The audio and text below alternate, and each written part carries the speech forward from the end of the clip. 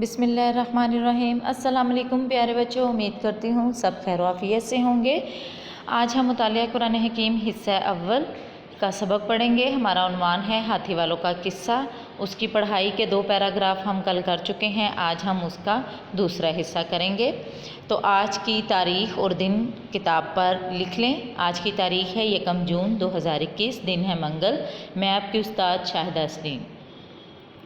تو ہمارے سبق کی جو اگلی پڑھائی ہے وہ ہے ہاتھی والوں کی فوج اور اہل مکہ کے اونٹ، اور یہ اسی پیج صفحہ 111 پر ہے۔ جی پڑھائی ہے۔ ابرہہ نے ایک بڑی فوج جمع کی اور چند لمبے چوڑے طاقتور ہاتھی بھی اپنے ساتھ لیے۔ اسی وجہ سے اس واقعہ کو اصحاب الفیل یعنی ہاتھی والے کے نام سے ذکر کیا گیا ہے۔ ابرہہ اپنے اس لشکر کو لے کر مکہ مکرمہ کی طرف روانہ ہوا۔ اس کا ارادہ معاذ اللہ خانہ کعبہ کو ڈھانے کا تھا۔ مکہ مکرمہ پہنچنے سے پہلے ابرہہ نے اہل مکہ کے پاس پیغام بھجوایا کہ اس کا ارادہ صرف خانہ کعبہ کو ڈھانے کا ہے اور وہ اہل مکہ سے جنگ نہیں کرنا چاہتا، لیکن اگر انہوں نے اس کا راستہ روکنے کی کوشش کی تو وہ ان سب کو برباد کر دے گا۔ وہی بات جو ہم نے پہلے 2 پیراگراف میں پڑھی کہ اس کا جو گرجا گھر تھا وہ چاہتا تھا کہ سب اس میں جا کے اس کی گرجا گھر میں بیٹھ کے عبادت کریں، تو اہل مکہ والوں کو یہ بات بالکل بھی پسند نہیں تھی، ناگوار گزری، اس لیے انہوں نے اس کے گرجا گھر میں گندگی پھیلانا شروع کر دی۔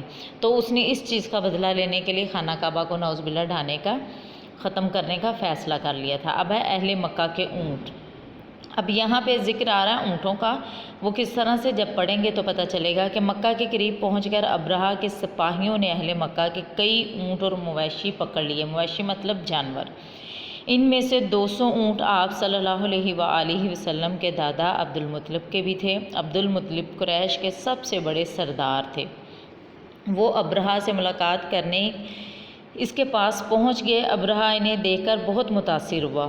وہ اونچے قد، نہایت خوبصورت اور باوقار شخصیت کے مالک تھے۔ عبد المطلب نے ابرہہ سے کہا کہ تم نے جو اونٹ پکڑے ہیں ان میں سے 200 اونٹ میرے ہیں، وہ مجھے واپس کر دو۔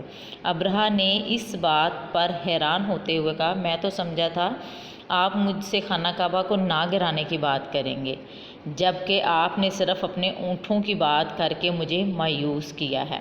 تو اس کے جواب میں پھر حضرت عبد المطلب علیہ السلام نے فرمایا کہ یہ اونٹ میرے ہیں، میں اونٹوں کی واپسی کی بات کر رہا ہوں، اور یہ خانہ کعبہ تو اللہ کا گھر ہے، اس کی واپسی کی بات یا اس کا کرنے کا نہ ڈھانے کا فیصلہ تو اللہ تعالیٰ کے ہاتھ میں ہے، اس کا بدلہ وہ اللہ تعالیٰ خود ہی تم سے لیں گے۔ تو یہ تھی بیٹا ہماری پڑھائی، اتنی سی ہی ہے، اس کو اچھے سے پڑھیے گا، اپنا بہت سارا خیال رکھیے گا۔ Take care. اللہ